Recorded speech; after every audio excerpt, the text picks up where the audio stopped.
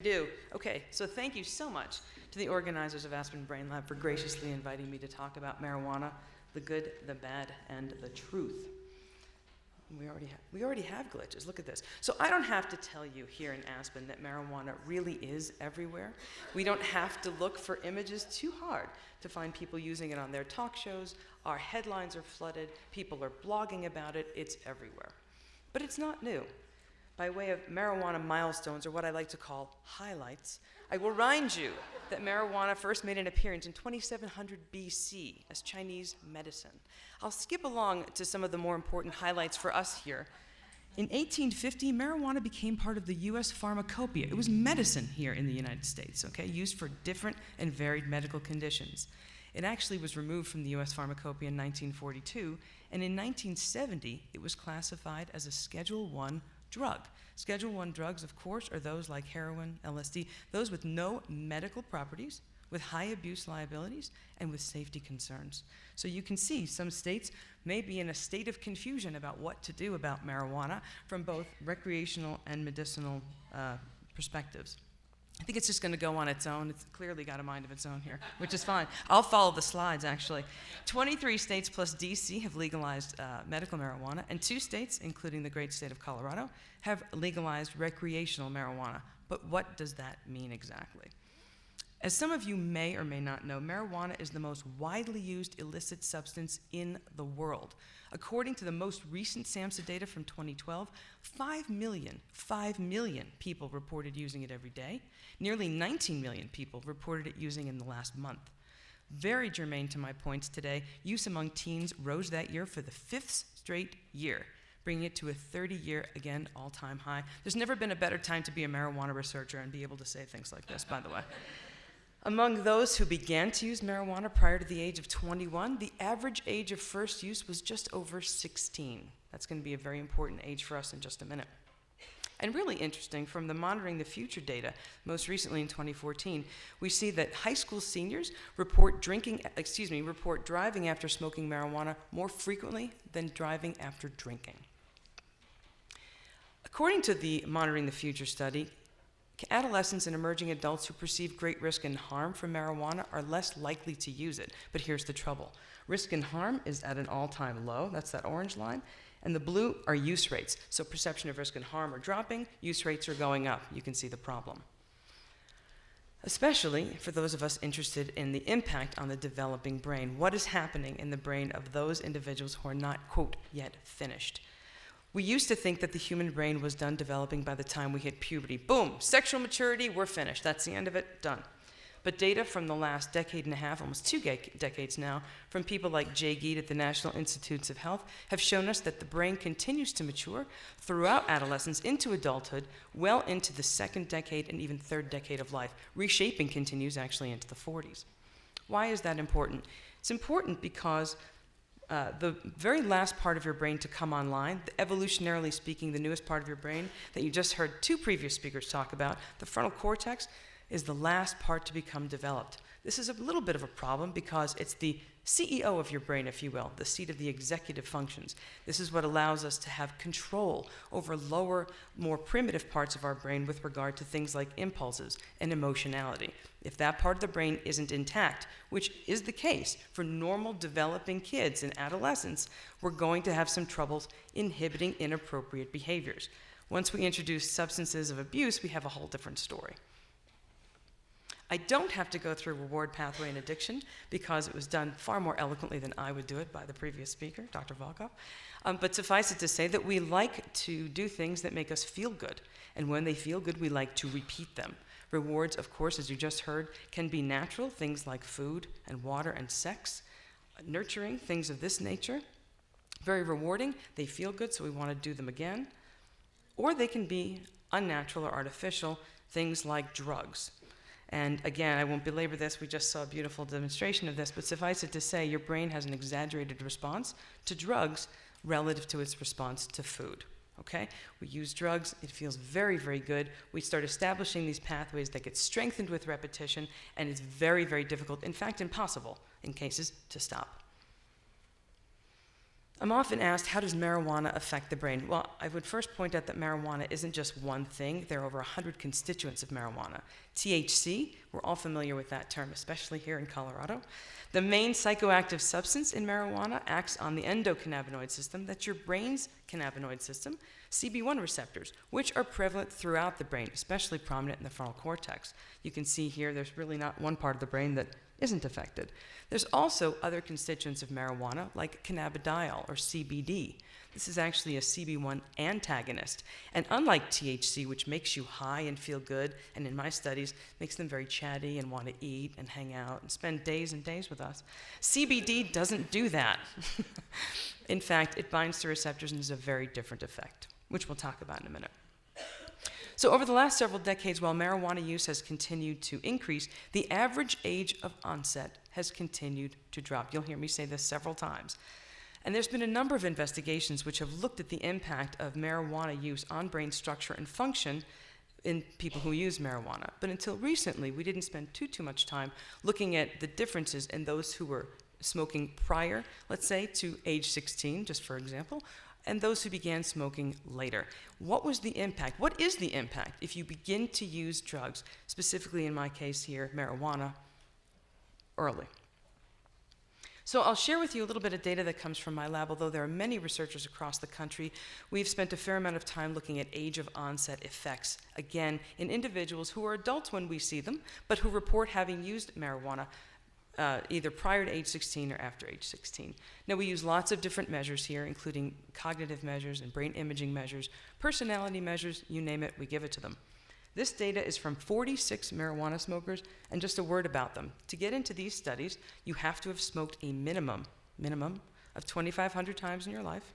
You have to report using marijuana 4 or 5 of the last 7 days. Your urine has to be positive for urinary cannabinoids, and very important, you have to be free of other, what we call axis 1 pathologies. No other psychological or psychiatric things going on. We do a very comprehensive diagnostic evaluation. By comparison, the control subjects haven't used any substance of abuse more than 10 times in their lives. And again, they're free of any psychological or psychiatric conditions. You can see really quickly if you just look, they're well matched. The two groups are well matched for age and for IQ. IQ is going to be very important for those of us looking at cognitive performance. We want to make sure from the beginning that there's no differences between the groups. As luck would have it, and I mean that, as luck would have it, in the 46 smokers, there were 23 who began smoking regularly prior to age 16, and 23 who began smoking after. Thank you. This is how you know your work really is meant to be somehow. I don't know. They were well matched. This is just the smokers now, for age and for IQ. But the first thing that should draw your attention is this big, well, that's the age of onset. That's how we split them. This big blue 0.03 here. Average smokes per week, 23.8. Call it 24 smokes per week in those who started smoking early, prior to age 16. 6.5 in those who started smoking later. How about how much, 14.3. How about how much marijuana they were using? Grams per week, almost 17 grams per week in the early onset smokers, as opposed to 6.5. So if you're an early onset smoker, the first big take-home point, you smoke more than 1.5 times as often and 2.5 times as much marijuana as those who smoke later. Did we all get that? If you smoke early, you're smoking more frequently and higher amounts. Does it matter? I'll show you, it just may matter. I mentioned before the importance of the executive system mediated by the frontal part of your brain. These tasks are things like monitoring and shaping one's behavior, decision-making, abstract thinking, very important, inhibition of inappropriate responses. How do I not say, Jesus, this is boring? Things like that. Frontal cortex. We have different ways to measure that. Different ways to measure that in the lab, okay? And I'll just take you through very, very briefly. This is a very small subset of some of the measures we use.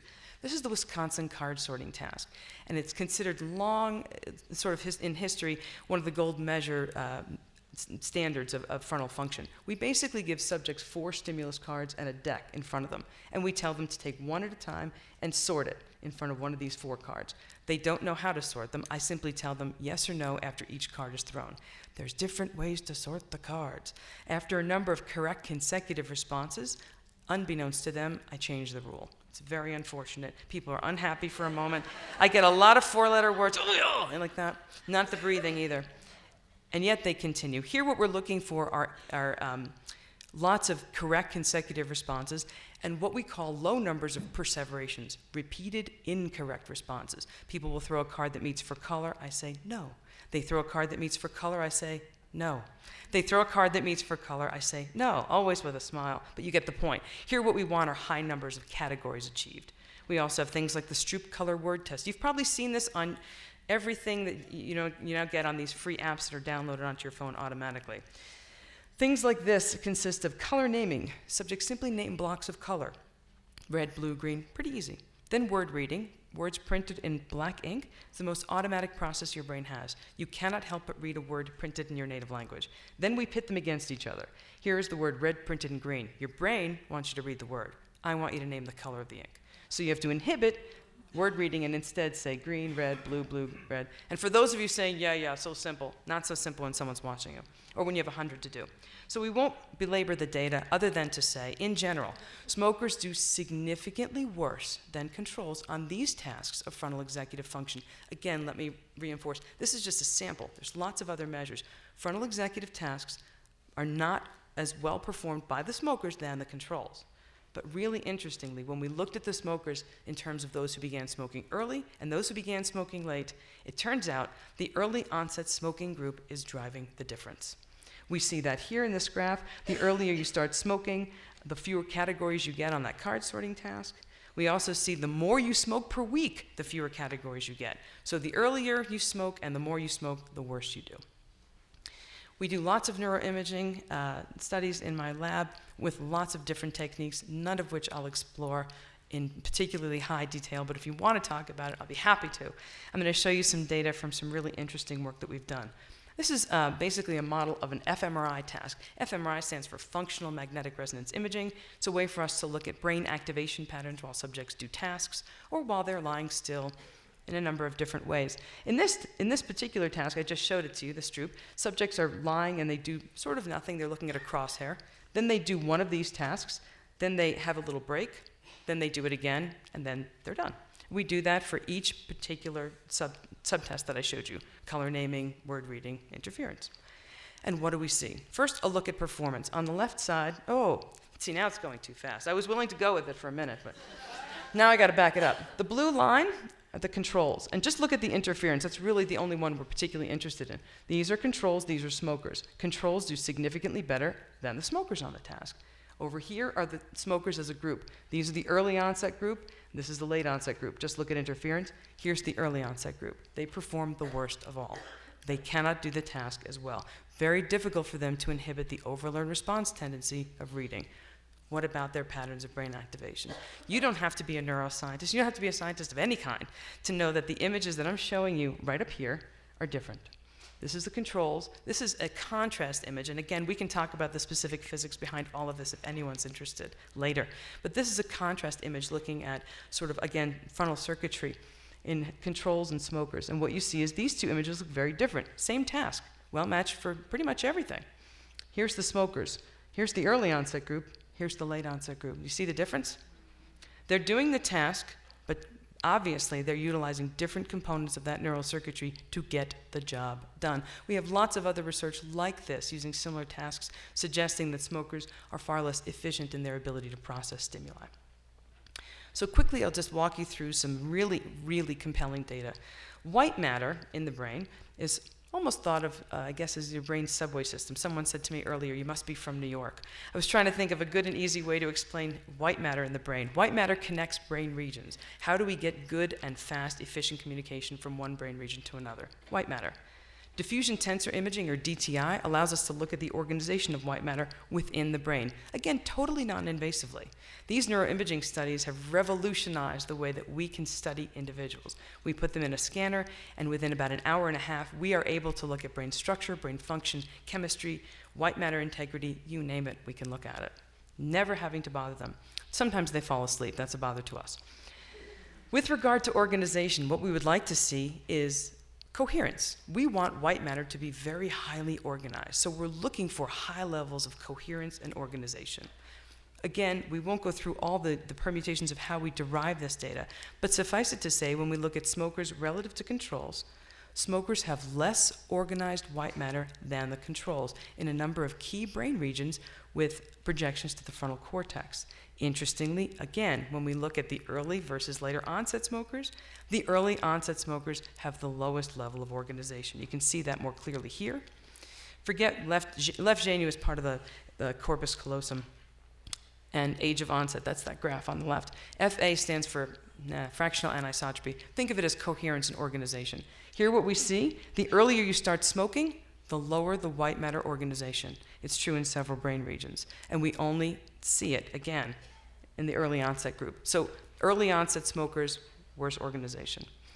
One of the measures we also give subjects is a self-report measure of impulsivity. We've all had the idea that people who smoke marijuana may be more impulsive, maybe. This is a self-report scale, 21 items. I think, I act without thinking. I do things on impulse. There are 3 subscores here. And if you look, the green bar again is the smokers. I always think that's appropriate. And you can see that they're significantly more impulsive for each of the subscores than the controls, right? So they're more impulsive as a group. Maybe not so earth-shattering, they're more impulsive. Okay. But when we look at the relationship to impulsivity and white matter, because after all, white matter connects brain regions, right? For efficient and good communication. The black line is the smokers as a whole, everybody all together, no relationship. The dark green line is the late onset smokers. But look at this light green line. A very clear relationship. The earlier they start smoking, the lower the level of white matter organization. It's true in a number of brain regions, and only true in the early onset smokers. So, early onset smokers, again, more poorly organized white matter that's clearly related to increased impulsivity. So I won't really summarize the data from recreational smokers other than to say early onset smoking seems to suggest far greater impairment in brain structure and function and performance than if you begin smoking later. I'll turn very quickly to medical marijuana, since I was asked to cover it. We know that regulations vary widely across states, and there's multiple indications for it. We know that there's been some very promising data coming from studies of cancer, HIV and AIDS, MS, and chronic pain. There's also been some studies that haven't shown some huge improvements, but have suggested improvements with regard to things like allowing individuals to have lower levels of opiates in the case of chronic pain. In terms of epilepsy, something that's on everybody's mind, the Epilepsy Foundation recently called for an end to DEA restrictions on clinical trials and research into medical marijuana for epilepsy because it appears that there's an anticonvulsant property to marijuana. We've seen it in animals, and we've all seen it anecdotally in kids. It's just that we don't have empirical data to support it. Oren Davinsky at NYU was just granted a study to do just this, however. But if any of you wonder if there's really any utility in giving any kind of cannabinoid-based therapy to any child, I give you Charlotte Figge. Well, I would have given you Charlotte Figge. What you're seeing is a little girl with Dravet syndrome, okay? This little girl had upwards of 300 seizures a day and had no ability to walk, no ability to play with other children. She was limited in her ability to do everything. This placed a huge burden on her family, not to mention her, and she was absolutely living a tortuous life. With regard to medical marijuana, the Stanley brothers, Colorado's own, stunningly beautiful, 5 blonde brothers. It must be my theme song, I don't know. But I can tell you that, in fact, what they did was they created something very high in CBD, cannabidiol. You remember I told you that's the substance that doesn't make you high. 17% CBD and 0.5% THC gave that little girl the ability to walk and dance and talk and go back to a normal life, okay? A normal life. So I know it's controversial, but I also know we need further research. You cannot ignore the plight of little children who are seemingly improved with very little with regard to medical therapy. We know that there's been a lot of concern about marijuana and its relation to potential psychosis. Does it cause it? Is it the effect of it? Or is it simply an association? We need more research. Some studies like PTSD have shown some promise for cannabinoid-based therapies in very small, controlled, very pilot investigations. Some studies have suggested a role for marijuana in bipolar disorder. Edibles act very differently on the brain, on the body than smoked marijuana. I only mention this because Colorado has a huge number of edibles for sale, and Colorado is the place where everybody comes to get edibles on vacations, and then they eat, I don't know, 75 times what they should. And they say, it's the marijuana. Turns out it's very difficult to gauge how much you're getting. Who can eat just one cookie, one bite of a cookie? That cookie has 60 servings. 60 servings. That's a problem. What is Colorado doing about it? Colorado actually is the first place to be granted, I think, from the state. Your governor, Hickenlooper, gave $10 million over 5 years to study the effects of medical marijuana and has placed a huge import on providing better packaging and allowing people to understand the THC limits within edibles and very, very clearly demarking individual portions so that we don't have this issue. So is it good or bad with regard to marijuana? Well, in terms of the good, we know that preliminary research studies of medical marijuana have shown that it may actually be indicated in some conditions, like seizures, muscle spasms, chronic pain. Cannabinoid-based treatments may even have promise for those with psychological conditions, but clearly more research is needed. And those who begin smoking later in life may be less vulnerable to those who begin smoking recreationally early in life. Further research is needed. What about the bad? I don't have to belabor the point. I think the data spoke for itself. Early onset smoking clearly results in changes in brain structure and function, changes in white matter, increased impulsivity, so it's clearly something we need to keep our eye on. There may be a connection to psychosis in some individuals with genetic predispositions, and with increased access to marijuana, rates have to be monitored so that we can actually educate youth and emerging adults on how best to handle these things. At this point, public policy has outpaced science, so I would implore each of you to support research efforts which are sorely needed. And remember, not all marijuana is the same. There's different strains and potencies. The way we smoke, the frequency with which we smoke, all those things make a big difference on the impact. And I guess at this point, since I'm watching Joseph stand next to me, I won't conclude with my James Garner quote, but I will end here and take any questions you have. No, it's all right, it's all right. I just always think it's funny for Jim Rockford to say something like, I smoked marijuana for 50, imagine it in his accent though, I smoked marijuana for 50 years. It opened my mind to a lot of things, and now its active ingredient, THC, relaxes me and eases my arthritis pain. I've concluded marijuana should be legal. We hear this every day. So, thank you. Well, we certainly didn't want to miss that. That was terrific, especially the imitation of his accent. She'll probably be imitating me at lunch. So what we're going to do is, whether you smoked marijuana or not this morning, you probably have the munchies, and you're ready for a big dopamine rush. So please ask Staci and our other speakers questions. They'll all be out during the brain break. Thanks, Staci. That was cool. I really liked that. That was great. Perfect. You rocked it, man. No, I saw that.